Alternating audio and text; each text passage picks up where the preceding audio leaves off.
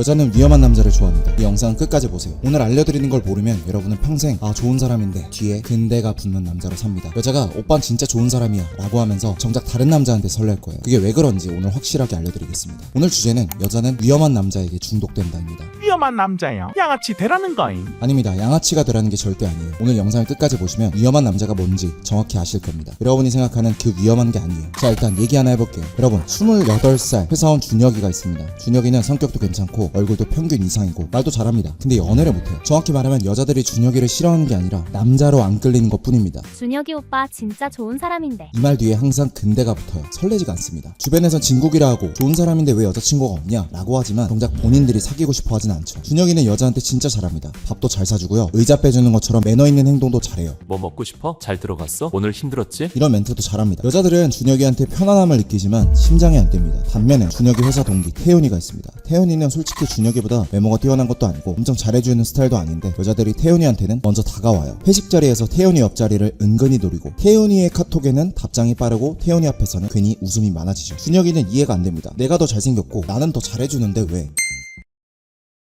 우리는 먼저 여자가 남자한테 끌릴 때 뇌에서 어떤 일이 일어나는지 알아야 합니다. 많은 분들의 생각과 다르게 마냥 좋기만 한 게 아니에요. 심장이 두근거리고 손에 땀이 나고 그 남자 카톡만 와도 숨이 차는 느낌이 들죠. 이게 좋아서 그런 거라고 생각하잖아요. 이건 뇌에서 위험 모드가 발동한 거예요. 여러분, 뇌에 위험 감지 시스템이란 게 있어요. 원래는 숲에서 호랑이 같은 걸 만났을 때 야 도망쳐 하라고 있는 시스템입니다. 심장을 빨리 뛰게 하고 신경을 날카롭게 만드는 거죠. 근데 이 시스템이 끌리는 남자 앞에서도 똑같이 작동합니다. 그 남자 카톡이 오거나 얼굴을 보면 심장이 뛰어요. 여자가 좋아하는 남자를 보면 두근거린다고 하는 게 말 그대로 심장이 두근거리기 때문이에요. 뇌가 이 남자를 중요한 존재로 분류해버리고 위험 모드를 켜는 겁니다. 이게 왜 중요하냐면 여자한테 나 괜찮은 사람이야 이걸 어필하는 건 여자의 머리를 설득하는 거예요. 근데 끌리면 머리에서 시작하는 게 아닙니다. 몸에서 시작해요. 몸이 먼저 반응하게 만들어야 합니다. 그리고 이 반응을 만드는 남자가 바로 여자들이 좋아하는 위험한 남자예요.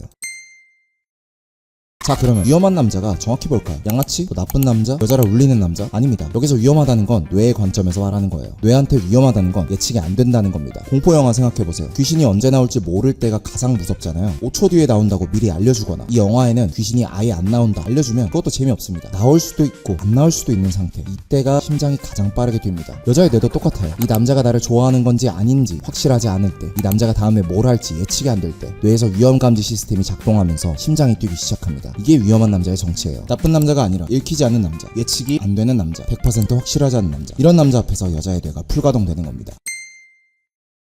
여기서 준혁이 얘기로 한번 돌아가 볼게요. 준혁이는 여자 입장에서 100% 예측 가능한 남자예요. 내가 카톡을 보내면 바로 답장이 올 거야. 내가 힘들다고 하면 위로를 해줄 거야. 내가 만나자고 하면 무조건 나올 거야. 내가 뭘 하든 좋다고 할 거야. 준혁이는 이런 취급을 당하는 거예요. 공포영화에서 귀신이 나올 타이밍을 정확히 아는 것처럼 무섭지가 않아요. 심장이 안 뛰고 긴장감이 안 생기고 설렘이 없습니다. 뇌한테 이 남자는 안전한 남자예요. 위협이 안 되는 거죠. 좋은 남자 같은데 설레지가 않아. 이 말이 뇌과학적으로 뭐냐면 이 남자는 뇌 위험감지 시스템을 작동시키지 못한다는 뜻이에요. 그러면 일부러 나쁘게 굴어야 돼. 일부러 나쁜 남자가 될 필요가 없습니다. 너무 나쁘게 굴면 여자가 도망가니까. 핵심은 예측이 안 되는 겁니다.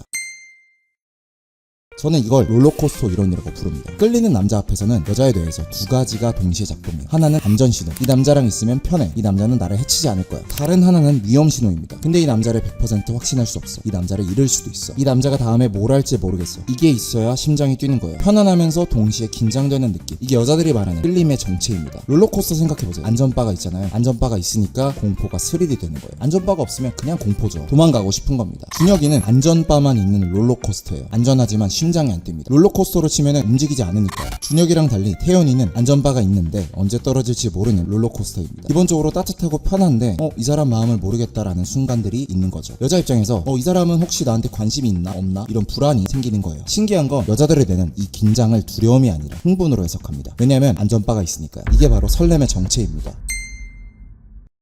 자, 여기서부터 중요한 얘기를 할 건데 위험한 남자에게 왜 여자가 중독되냐 이유가 있습니다. 이 남자가 나를 좋아하는 것 같다 라는 느낌에서 처음에는 안심이 되고 기분이 좋습니다. 근데 갑자기 답장이 늦은 건 불안해지고 나한테 관심 없나 라는 생각이 들죠. 그러다가 다정한 메시지가 옵니다. 또 안도를 하고 이때 쾌감이 폭발합니다. 이 안도의 순간이 핵심이에요. 처음부터 안전한 것보다 불안했다가 안심되는 그 순간의 쾌감이 훨씬 더 강합니다. 그리고 이 사이클이 반복될수록 여자의 뇌는 점점 더 민감해집니다. 처음에는 카톡 답장이 3시간 늦어야 불안했는데 나중에는 남자가 이모티콘만 안 써도 불안해져요. 이 뇌의 감지 시스템이 점점 정밀해지는 겁니다. 여자들이 특히 특히 연애할 때 남자가 조금만 말투를 서운하게 해도 화를 내는 게 다 이 시스템 때문입니다. 끌리는 남자에 대해서는 감각이 4배, 5배 예민해지거든요. 작은 변화 하나에도 심장이 쿵쾅거리는 거예요. 그리고 이 불안, 안심, 쾌감 사이클이 매번 반복되면서 그 남자한테 안심을 받는 것 자체가 보상이 됩니다. 점점 더 그 남자의 반응에 의존하게 되고, 점점 더 그 남자 생각을 많이 하게 되고, 점점 더 그 남자에게 빠져들어요. 이게 중독입니다.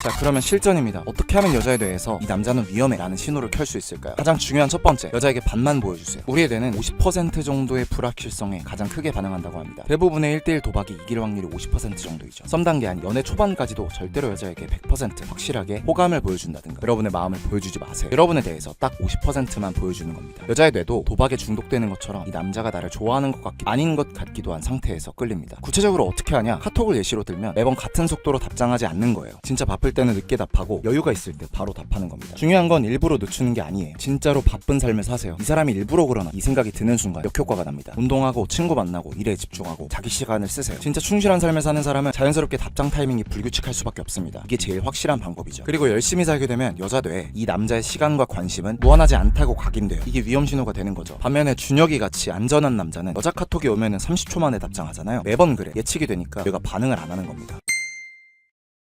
두 번째 방법, 나는 이런 여자가 좋아 라는 거를 자연스럽게 드러내세요. 이게 왜 위험 신호가 되냐면 기준이 제시되는 순간 여자에 대해서 나는 저 기준에 맞나? 라는 자기 점검이 시작되거든요. 나는 게으른 여자가 싫더라 이렇게 먼저 말한다고 해볼게요. 그러면 여자 머릿속에서는 나는 게으른 편인가 아닌가 이런 계산이 돌아갑니다. 여자에 대해 위험 모드가 켜지는 거죠. 그렇게 얘기를 해놓고 이런저런 대화를 하다가 여자가 나는 게으르지 않고 성실하다는 걸 보여주는 얘기가 나올 수 있겠죠. 예를 들면 2년째 영어 공부를 하고 있다 이렇게 얘기를 했다고 할게요. 그때 멋있다고 말해주면 여자에 대해서는 나는 이 남자의 기준에 맞았구나 이런 안도감이 나옵니다. 여자가 남자에게 크게 관심이 없더라도 일단 기준에 맞으면 기분 좋은 법입니다. 여기서 팁이 있어요. 나는 이런 사람이 좋다라는 긍정 기준이랑 나는 이런 게 싫다는 부정 기준을 섞는 겁니다. 둘이 섞이면 될 수도 있고 안 될 수도 있다. 이 불확실성이 더 생겨요. 그래서 여자의 위험 모드가 더 활성화되는 거죠. 그리고 이렇게 기준이 있는 남자가 하는 칭찬은 아무나한테 좋은 말 해주는 남자의 칭찬보다 100배 이상 강력합니다. 이 남자가 나한테 좋다고 한 거는 진짜다. 이렇게 칭찬의 희소성이 올라가는 거예요. 모든 여자한테 좋다고 하면 칭찬의 가치가 떨어지는 겁니다. 그래서 솔직한 게 최고예요. 싫으면 싫다 하고 좋은 건 좋다고 할 줄 알아야 돼요. 세 번째입니다. 여자의 눈을 똑바로 보는 겁니다. 그냥 쳐다보는 게 아니라 관찰하듯이 바라보세요. 단순히 아이 컨택을 하면 자신감 있어 보이니까 좋다 이 수준의 얘기가 아닙니다. 이 여자는 어떤 사람일까 이렇게 읽으려는 눈빛으로 여자를 쳐다보는 거죠. 여자의 눈을 볼 때 여자에 대해서 무슨 일이 벌어지냐, 아까 말한 위험감지 시스템이 가장 민감하게 반응합니다. 이 시스템은 눈에 굉장히 예민해요. 우리는 인간관계에서 누가 나를 쳐다보면 내가 뭔가 잘못했나? 내가 잘하고 있나? 이런 생각이 들죠. 인간의 뇌에는 누군가의 시선을 감지하는 전용 회로가 따로 있어요. 그리고 시선이 나를 향하고 있다 라고 판단되면 위험감지 시스템이 자동으로 켜집니다. 그리고 여기서 중요한 게 있어요. 눈을 마주치면 뇌에서 자의식 담당 부위가 바로 켜집니다. 누군가가 나를 관찰하고 있다는 신호가 들어오면 이 부위가 활성화되면서 나 지금 어떻게 보이는 거지? 이런 생각을 하기 시작하는 거예요. 아까 얘기한 자기점검 시스템이 바로 이겁니다. 그래서 여자는 괜히 시선을 피하고 괜히 머리카락을 만지고 괜히 웃음이 나오고 얼굴이 빨개져요. 그리고 본인도 당황해합니다. 왜 나 지금 이러는 거지? 무섭게 쳐다보라는 게 아닙니다. 여유있게 자연스럽게 관찰하는 거예요.